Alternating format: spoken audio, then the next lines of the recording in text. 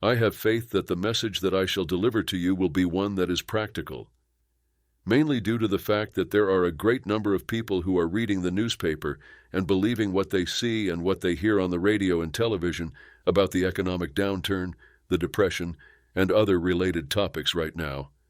It is time for me to reveal your identity to you tonight. We are told in Scripture, this is the 19th chapter, the 26th verse of Matthew, "With God all things are possible." Then we are told in the earliest Gospel, the book of Mark, the 9th chapter, the 23rd verse, "All things are possible to him who believes." Divine imagining has no restrictions placed upon it. This is the one limitation that is imposed on human imagination, the need to believe. That person who thinks is capable of doing anything. Therefore, the only limitation that man is subject to is his capacity to believe what he has envisioned. That person who thinks is capable of doing anything.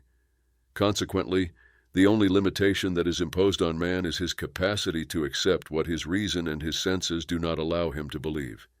There is no other limitation other from that. I will now shift my attention to the 115th Psalm, and it is in this passage that I believe the whole enormous globe has been guilty of this. According to the psalmist, our God is in the heavens. The idols that they create are the first thing that they do.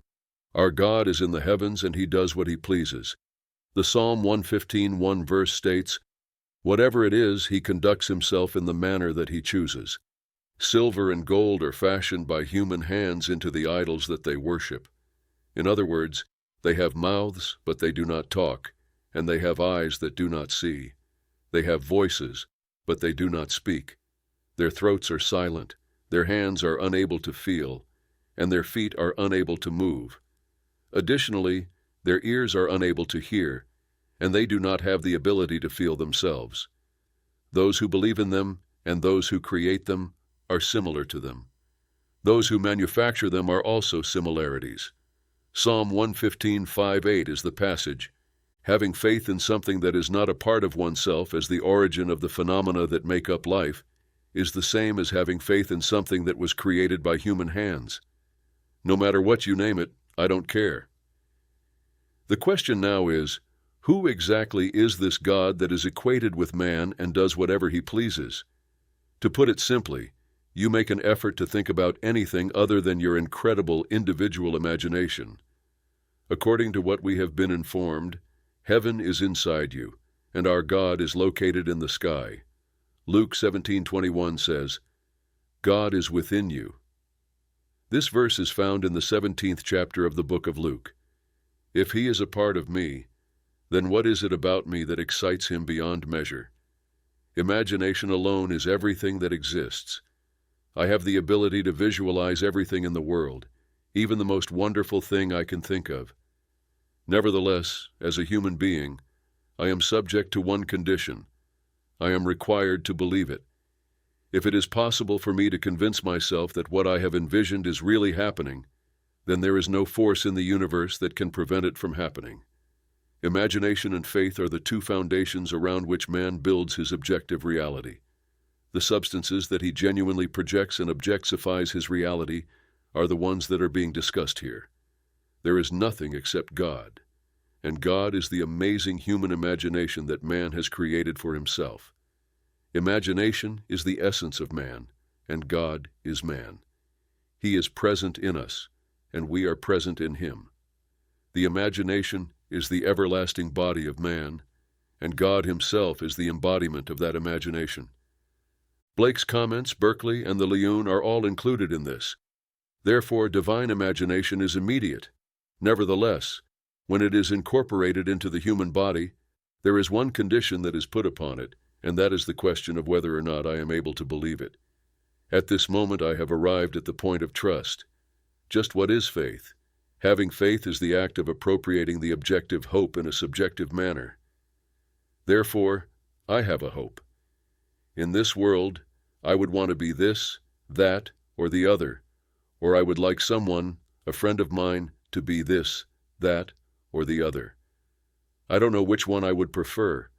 I am now required to take it in a subjective manner.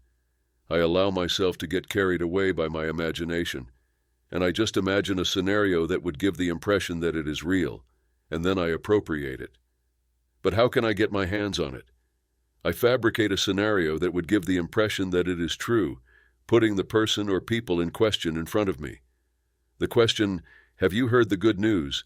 may be posed to me by my pals, and I would pretend that I had not heard it. "No, what is the good news? Have you heard the news about—" They mention my buddy, and I listen attentively to what they have to say about my friend. "Have you heard the news about—" My objective hope is being appropriated by me in a subjective manner. In that case, all that is required of me is to remain in that condition. William Shakespeare said in his play Antony and Cleopatra that it hath been taught us from the primal state that that which is was wished until it were. He used the pronoun he, but you may use it to refer to anything in this universe. On the other hand, he said that he who was hoping for that creature to come into existence. On the other hand, you might want for it to be anywhere in the world, a house, or anything else. You are not required to limit it to a fellow buddy. In other words, he was wished upon till he became a reality. It might be it, or they, or anything else in the world. You have the ability to manufacture it, simply said, from the very beginning of the process. The most fundamental desire was to commit myself to a state to such an extent that I would get completely immersed in that condition. I would continue to exist in that state until the state became an object inside my surroundings. Every single person in our globe is being instructed to learn this from the Bible. Your demise has already been decided. You are unable to fail. Because God has already accomplished it, you cannot fail. That concludes the whole process. You are going to awaken one day as God Himself, and it does not matter what you accomplish in this life. You will not fail. You may not be successful in achieving your goals in this world, but you cannot fail to achieve the goal that God set for Himself when He became one of us. This is something that is taught in the Bible, and it is something that is taught by all the priests of the world, regardless of whether they are members of the Catholic Church, the Protestant Church, the Christian Scientist Church, or any other denomination. The incarnation took place in Bethlehem. What they teach is exactly that. That is not the case, I will tell you clearly. Calvary was the location where the incarnation took place, and it happened about 2,000 years ago. In the very beginning of time, such was the situation. However, it was not in Bethlehem, but rather at Calvary when God took on the form that we are familiar with at the beginning of time. At Bethlehem, we are transformed into the same being that God is. There is not a single one of the two that is comparable. My God, why hast thou forsaken me?" is the scream that Jesus made when He was hanging on the cross, according to Matthew 27:46 and Mark 15:2, before the event of Calvary. On the cross, God so thoroughly became what we are, and the cry that He made. He is not acting like if He is going to be a man. Incarnation is just that. God took in human form and became a human being. We are named after Him, and He is the name of His name, and His name is I Am. However, I am telling you that in a more alive sense, that name is your own great human imagination working in the background. That is the Lord. Therefore, Jesus took on human form at Calvary and became a human being. It is not true that Calvary took place 2,000 years ago. This event occurred at the very beginning of the universe when God declared, "Let us make man in our image," as recorded in Genesis 1:26. And then God took in the form of humans. This is the Calvary. In addition, He buried Himself inside the human skull. The dream of life is being dreamed by Him at that same location, where He is now located. Everything that you are experiencing in this world is precisely what He is dreaming about. The day will come when He will arrive at Bethlehem all by Himself. It is when He arrives in Bethlehem that God is born in man, and it is then that man becomes as God is. Born not of blood, not of the will of the flesh, nor of the will of man, but of God, rather than of any of these things. And there is no way for anybody to fail, since it was completed before the world existed. Considering that heavenly imagination does not wait. It conceives of a condition that is immediately designed. It is finished at this very moment. To put it simply, it is going to pay the price, and God has already paid the price. The price He paid was to become a human being. The reason for this is because his will was, "Let us make man in our image." Therefore, while we are here, we are instructed to be like God as if we were his offspring. In order for me to be able to be like God, God became like me. While I am here waiting for that birth that is not born of blood, of the will of the flesh, or of the will of man, but rather of God, let me copy him. While I am here in the world of Caesar, let me mimic him. Anyway, what exactly is he doing? In reality, he took on my identity and began to forget that he was God, to the extent that he was able to utter, my God, why hast thou forsaken me?"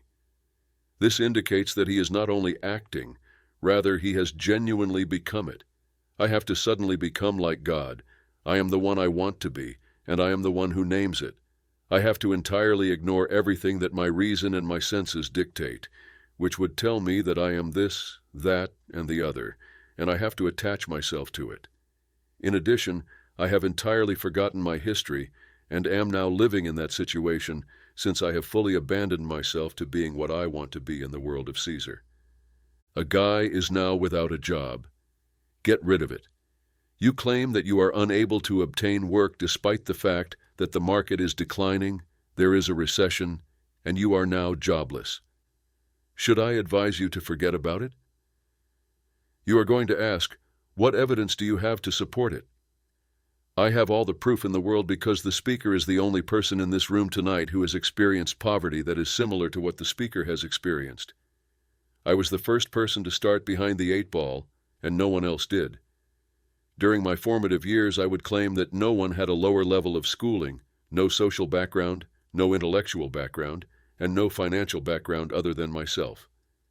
This is a concept that was discovered by my whole family. Both my father and my brother Victor discovered it, and then my brother Victor shared it with the rest of the family. And at this very moment, on this little island, they are experiencing all of the upheavals that we are experiencing ourselves. Given the size of the island, we consider it to be on a large scale. We are now at a population of 200 million people. In this place, we inflate things. What follows is a series of crises that we create. Why is it? I do not know. However, we do it in order to sell papers and do a variety of other tasks. On the other hand, when you are on a little island and they burn houses, ruin property, and burn cane, which destroys the annual supply. And yet, in spite of all of this, there is one who has a vision that never fails, and he pays greater and higher dividends. These are the circumstances that you find yourself in. The fact that I am one of the people who received such payouts enables me to speak from personal experience. Regardless of what they are doing, he continues to be steadfast in his commitment to his goal. He had a vision that I will be the biggest. When he said I, he meant that the family would be the largest, but he was the spokesperson for the family during his whole life. His vision included the whole of the region. Let them do what they will. I will be the biggest, the most powerful financial job in the island. He has already reached the age of 68. It is possible that he will go tonight. I am not sure. He was able to make his goal come true. From the beginning of our existence, we have been instructed that he which is was wished until he were. However, it is impossible to wish something and then diverge from it and turn away from it. It is necessary for you to have a strong desire to be, to the point where you do not consider any other options. So, when I go home and I talk to him, he says, "Neville, all right, thank you for your visions. You have visions, and I have another goal.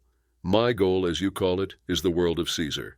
I want the world of Caesar, and so, when I depart this world, I'm quite willing to have anyone who is in control give me another job to go on and do it and succeed in the doing. But while I am here, I am going to do what you call the things of Caesar. You do what you call all the works of God. I love you as my brother, and you can continue in your visions. But while I am here, I want to be, and I will be." And by the law today he is beyond all doubts, and no one would question his position in the financial world in the island of Barbados. Not only does it go on from there, but it also extends to the other islands. Consequently, he states, "Let them riot, let them burn, let them do what they want. I will not falter in my vision. And my vision, as I had it for myself when we had nothing, and I got tired of having nothing and having the family looked down upon, so now they don't look down upon them. They all come to them, including the government, and ask them what to do because they have the know-how. Because they have proven it, what to do. To put it another way, everything is feasible in our universe. That person who thinks is capable of doing anything. The one and only requirement that is placed on man is, are you able to believe it? The fact that your senses and your reason both reject it does not mean that God is constrained in any way. For God there is no limit to what is possible, nothing to restrict. However, God took on the form of a human being, and in his capacity as a human being, he put the restriction upon himself. The belief is the restriction in question. Are you able to believe it? This evening, are you able to accept the fact that you are the thing that everything opposes at this precise moment? What it is, I don't care about it. Are you able to believe it? Is it possible that you will continue to hold that belief as if it were real, and walk tomorrow even though you have nothing to eat, exactly as if it were true, and continue to hold that belief? It is not necessary for you to lift a finger in order to take anything found in this world or to engage in any behavior that would cause you to feel humiliated. To put it simply, you should never stop believing that you are the guy or woman that you have always dreamed of becoming. It will definitely take place. It is possible for an assumption, even if it is erroneous, to become a reality if it is maintained. These imaginal efforts were responsible for the creation of this whole huge objective universe. Whatever the rest of the world may say to you, I don't care.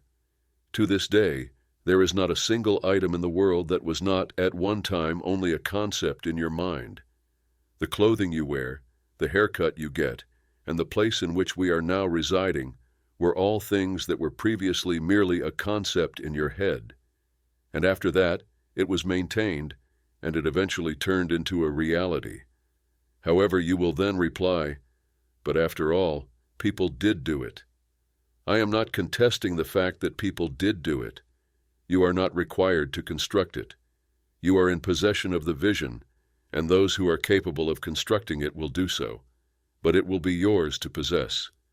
Their fee will be paid by you, and you will pay them in full.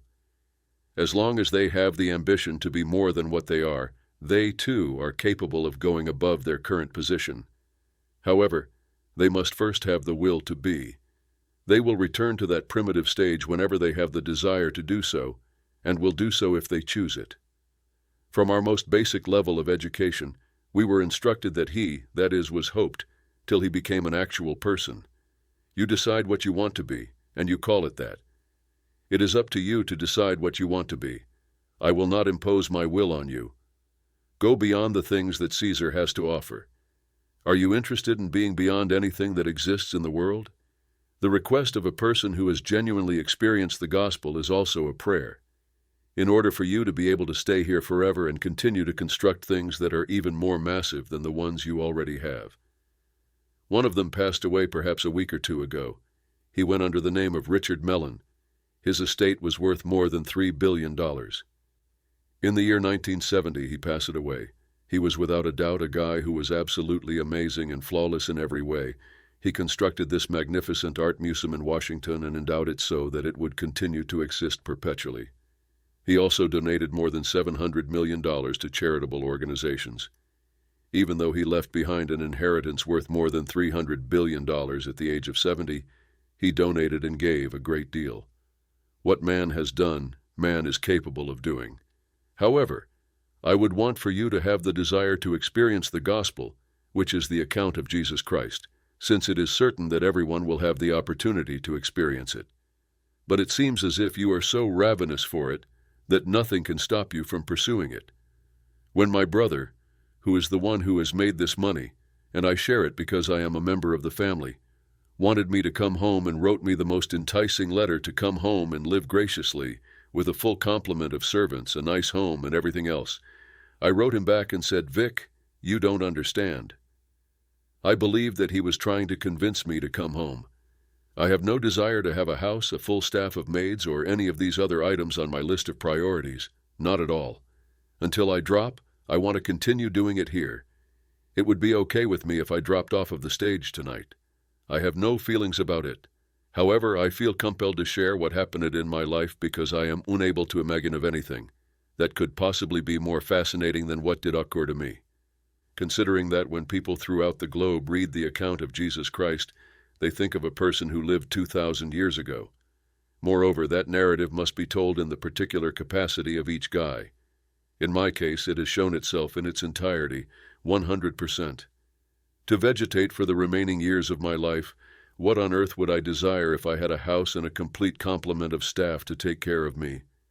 As I stand here in front of you tonight, I would rather that I drop the corpse and have them pick it up and cremate it. When you want to build a ridiculous icon out of it, you shouldn't place it inside any small crypt whatever. It should be cremated, and the dust should be dispersed all over the place so that no one can locate any portion of the dust, but there should be no trace of it left. Mostly due to the fact that I am not referring to this outer garment, which is a representation of the physical body, this thing that is called Neville. When I talk about an everlasting principle, I am referring to something that has been ingrained in mankind and will eventually emerge from the death that is known as man. And when it emerges from man, it is God, the one who, at the beginning, said, "Let us make man in our image." And in order to make it, he had to completely forget that he was God, assume the limitations of man, and become man. He also had to suffer with man and go through everything that is man in order to awaken as the being that he was before, but he was something greater because of the experience of being man. As a result of his taking the limit of contraction that is man, he extends beyond what he was in terms of knowledge, luminosity, and translucency. The point of it all is to do this. I want to encourage you tonight to not give up hope if you are now without a job or if you are in danger. Remain optimistic even if you are unable to locate work. May I tell you that everyone in this world is seeking for the one who will be their lifelong partner, regardless of whether you are a man or a female. And if you are looking for a happy marriage and there seems to be no one in this world, I can assure you that you are not alone. We will assume that you have located him. Try to get some rest as if it were true. Tell your friends who have celebrated with you, since it is true, that you should share it with them. And in a manner that no one can predict, she or he will appear out of nowhere in your life, and everything will begin to fall into place perfectly. It is from my own personal experience that I am telling you this. I am able to stand here in front of you and say what I do because of this. There was no one who was more interested than the speaker, and when I discovered one, I told myself that I had to have her now. Nevertheless, there was no one who was more interested, and I just went to sleep as if it were real. In addition, I am unable to provide you with specific information on what took place. My environment was filled with the most strange occurrences that made it feasible for it to happen. Talking about it while standing on the podium is nearly more humiliating than not. In spite of the fact that I had discussed it, many who were there were quite critical of me for having related the tale. However, I did not tell it to boast a lot. I advised it to take into account the operation of the legislation. It is effective. It is not necessary for you to go out and come up with a plan to achieve the goal. Assuming the goal, the end will come up with the means to achieve the end, a sequence of occurrences that you will walk through in succession. The transition from the point at which you have assumed the state to the point at which it is fulfilled will include you traversing a bridge of happenings, mostly due to the fact that you wind up as a resident in the end. Then a peculiar occurrence takes place in the globe, and before long, this bridge materializes. It is as if you are walking over the bridge of events that led up to the conclusion. I am referring to the year 1949 when I say that one of our most successful scientists made a discovery about a certain concept in the field of physics. However, they are not my words. These are his words. However, I informed him to the criticism of people who heard what I was saying a long time before he found it and communicated it in this peculiar manner. The guy is thought to be mad by them. I said, I have the ability to travel through time to a state that has not yet been realized, and I have the ability to live in that state as if it were real. And then I can return to this state that I have shut out for a moment, and then, in a way that I do not know, I move forward across a series of events leading up to the fulfillment of that state.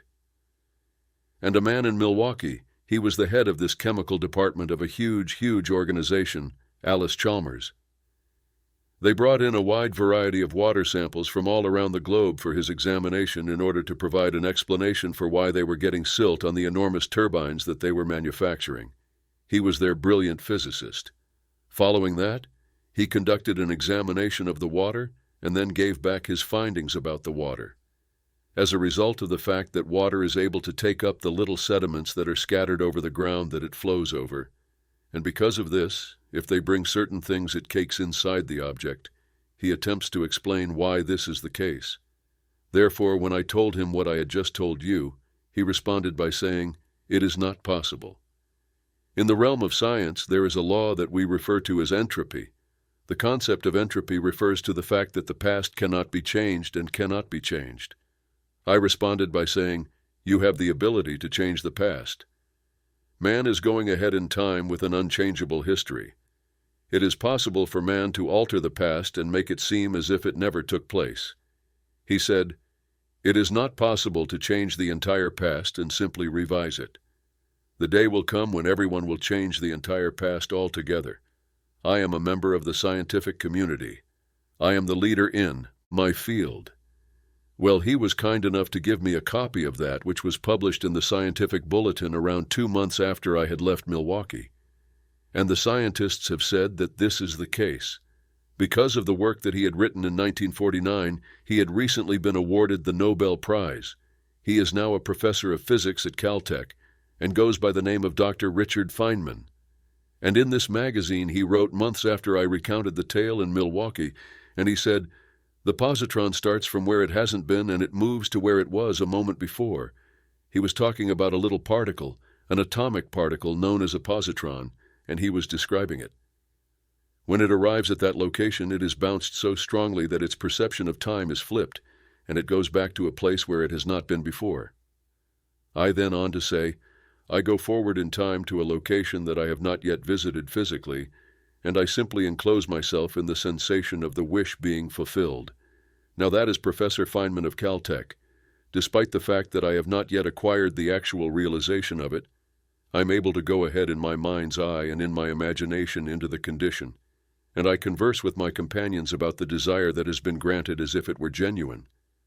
After that, I open my eyes, and I am taken aback to see that I am sitting in the same chair that I was in just a minute before, and my senses are denying what I have just done. However, in a peculiar manner, the whole enormous universe reorganizes itself and creates a bridge of occurrences that I must traverse in order to arrive at the complete realization of that condition in which I have been. At that moment, he said, it begins from a place where it hasn't been before, and it moves to a place where it was just yesterday. After arriving at that location, it gets bounced so violently that its perception of time is inverted, and then it goes back to a place it hasn't been before. Well, I had a mystical understanding of it. Because I am not a scientist, I was unable to provide an explanation. Due to the fact that he described the behavior of the small positron in 1949, he was awarded the Nobel Prize in Physics for his work in the previous year. They waited all these years to prove it, and now it has been verified by photographic evidence in each and every chamber that they were able to examine. This guy was correct, but I was correct before he made his statement. However, I did not own any little particles to prove it. Everything I know is what I did. In order to view the world as I would see it if it were true, I would simply put myself in a condition and experience it from that perspective. Upon looking, I saw that my friends were smiling beside me. This was because they were pleased that I had accomplished what I had promised to do, and as a result they were smiling alongside me. After that, I open my eyes, and I find that none of my buddies are there. Now that I am back in my room, I find that everything is exactly the same as it was before, with the same restrictions and everything else. On the other hand, in a manner that I was unaware of, this little bridge of occurrences was constructed, and I proceeded to carry out what I had earlier accomplished. I proceeded on and carried out the actions that I want to carry out. After that, I began from a location where I had not been physically there and raced back to the location where I was physically present. After that, I was startled to discover that it was not real. The force with which I was bounced caused me to whirl around in my time sense and travel back to the place in my imagining where I had been.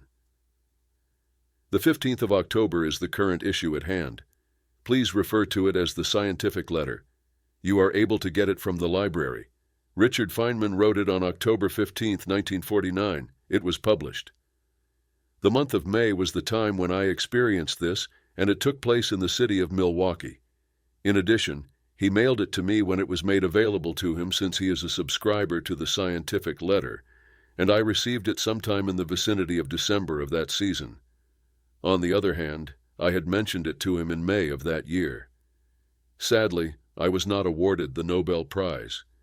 In their words, I would have been absolutely and utterly insane. It is my pleasure to inform you that there are states of awareness in which all guys who have visions are considered to be insane. My name is Blake from the Alone, and ever since I was a youngster, people have thought that I am a crazy person because I have been seeing things that I am unable to explain. Although I lacked the information necessary to describe these things that I had seen, I was aware that they were effective. All I knew was that it was effective.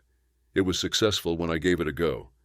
Does it really make a difference what people across the globe believe about something if there is data to support it?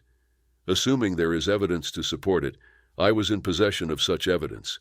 Yet, I was unable to provide a scientific explanation for it. All I knew was that it was effective. In light of this, I would want to inform you that everything is feasible for anybody who has faith, and that person is on an equal footing with God. The only constraint that is imposed upon God as a human being is that with God, everything is feasible, without any limitations to envision from the divine imagining state. It's done automatically, it's gone. On the other hand, when God restricts himself to man and descends to the level of man, he then imposes upon himself what is known as man belief. Therefore, we are taught that it is impossible to satisfy him if we do not have faith. In addition, everyone who wants to approach God must first have faith that he exists and that he is a rewarder of those who seek him out. It is found in the 11th chapter of Hebrews, right in the 6th verse. Individuals who are the first to believe that he exists are rewarded by him. To begin, you must have faith that he is real. All right, I'll demonstrate to you who he is. The great human imagination that you have is what he is. As opposed to seeing things in space, I am unable to observe imagination. It is the reality that is known as fantasy that I am. How can I have a look at it? Simply seeing my works is all I can do. If I am the creator, I am unable to witness myself. In my life, I have only ever created one item that has shed light on who I am, and that is my kid. To my knowledge, he is the only entity in the universe who is capable of bringing me to my true self and revealing who I am. Yes, I am the Father of God. While I am responsible for all of these things in the world, I am unable to locate myself. I am the reality that is known as imagination, and the reason I am unable to witness myself is because I am imagination. All of these things are pouring out of me despite the fact that I am generating all of these things in the world like unexpected mood swings. It is not always the case that I am able to identify the harvest, but I cannot dispute that I had to plant them in order to collect them. Everything in my universe was first planted by me. Every single thing is going to be harvested. But I did create one state, and that was the Son who would one day come before me and call me Father. I don't recognize the reality that I am since it is invisible by mortal eyes. However, I did create one state. I would then be aware of who I am, and he is my Son. He refers to God as his Father, and he is the only one who does so. His name is David. When David comes in front of you and addresses you as Father, and only then, will you have a clear understanding of who you are. This is the extent to which you have become a human being, and humanity has the potential to become you. On the other hand, when you became a human being, you were God. An email was sent to me by a woman this past week, if I may tell you now. Over the course of 2 days, she reported having 2 nightmares. In one of them, there was a massive auditorium that was packed with people, and she understood without a doubt, as if it played out in front of her like a movie, what it was that everyone would have to go through. In addition to this, she was aware that she had already gone through what everyone else would go through, and as a result, she would not go through it again. The next 2 days, she found herself in the midst of a huge throng consisting of thousands upon thousands of people, and among those people were thousands upon thousands of white doves. Not only that, but she was quite certain that the white doves would eliminate each and every one of them. At the same time, she was aware that she had also gone through that experience, that she had been murdered, and that she would never be murdered again. Listen to the following passage from the 32nd chapter of Deuteronomy. I, even I, am He, and there is no God beside me. I kill and I make alive, I wound and I heal, and there is none that can deliver out of my hand. This passage is found in Deuteronomy 32:39. Indeed, she has had a wonderful encounter with the teachings of the Bible. If you state that someone was killed, then you have also been killed.